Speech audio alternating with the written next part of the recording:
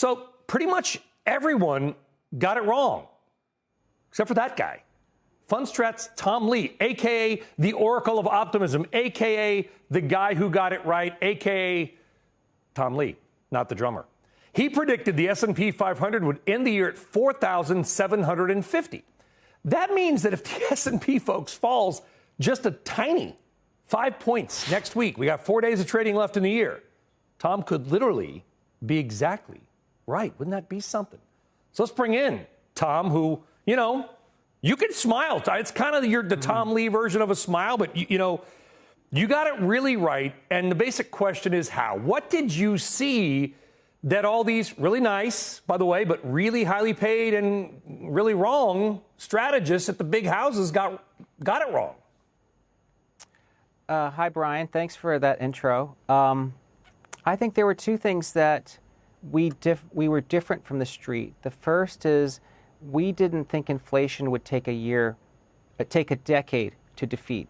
I think many were bracing for 10 years of Fed fighting inflation so stocks would get stuck. And the second was because of the inverted yield curve, many were predicting a hard landing in 2023. Our view was that inflation was going to fall like a rock this year, and the Fed therefore could take its foot off the fight, and that economic resilience and the fact that companies were bracing for this storm of hikes actually could avoid a recession. And so I think that kept us optimistic, and that stocks would look like 1982 and rebound to all-time highs very quickly, which it looks like it's happened. So again, not to be little, but why did you think that inflation was going to drop? Because if that is the basis of your thesis, others also got that wrong. What did you see in the data that made you think, when things were just cooking inflation-wise at the beginning of the year, that they would slow down? Well, Brian, it's a little. What our team did was we rejiggered inflation and identified that 86% of all this rise in core inflation was coming from housing and cars, including the fact that supercore was rising. Almost all that was auto insurance, auto repair, auto leasing. So we realized that this was all just following goods pricing, that car prices were set to fall, and that would pull down inflation. It looks like that's kicking in now. And that housing just needed to get towards a 3 to 4% annualized rate, and that would get you back to where you need to be to get to 2% core inflation. So our view was, it's not about travel and it's not about health insurance. It's really about cars and housing getting back to normal, and that's the trajectory we've been seeing. I think the market's recognizing that view, but we spent most of the last 18 months arguing that view. What are you looking at for next year, Tom? I think it's going to feel like a lot of tailwinds coming together, because we know the Fed is going to be supportive, managing the business cycle instead of fighting inflation. And we've identified reasons for capital spending to pick up next year, including that huge gap between soft and hard data.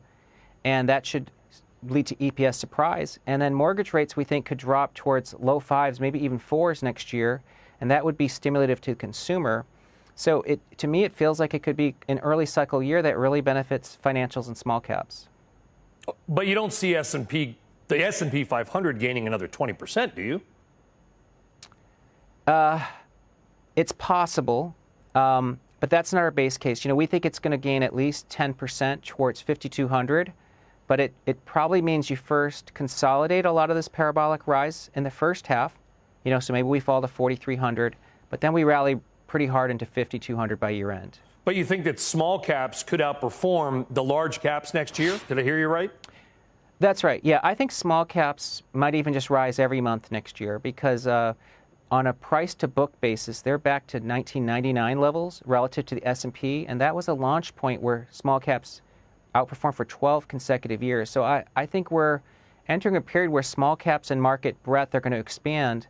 And that's going to be good for stock pickers, because they can buy companies they like, and you're going to have a decent earnings backdrop as well. Yeah, there's a lot of companies out there, and we're not allowed to own individual companies. I can own index funds and ETFs and mutual funds. That's pretty much about it. But when I look at some of these screeners that I'll do just on because I'm bored and I'm boring, I'm like, man, there's a lot of seemingly really good growth companies that are trading at like 4 times earnings in small caps.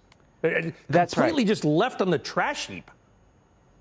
That's right. I mean, the money's been equities have been starved of inflows. Retail investors pulled money out of stocks this year, And in fact, the S&P ex FANG is trading at 15 times forward earnings. I mean, that itself is a pretty reasonable multiple.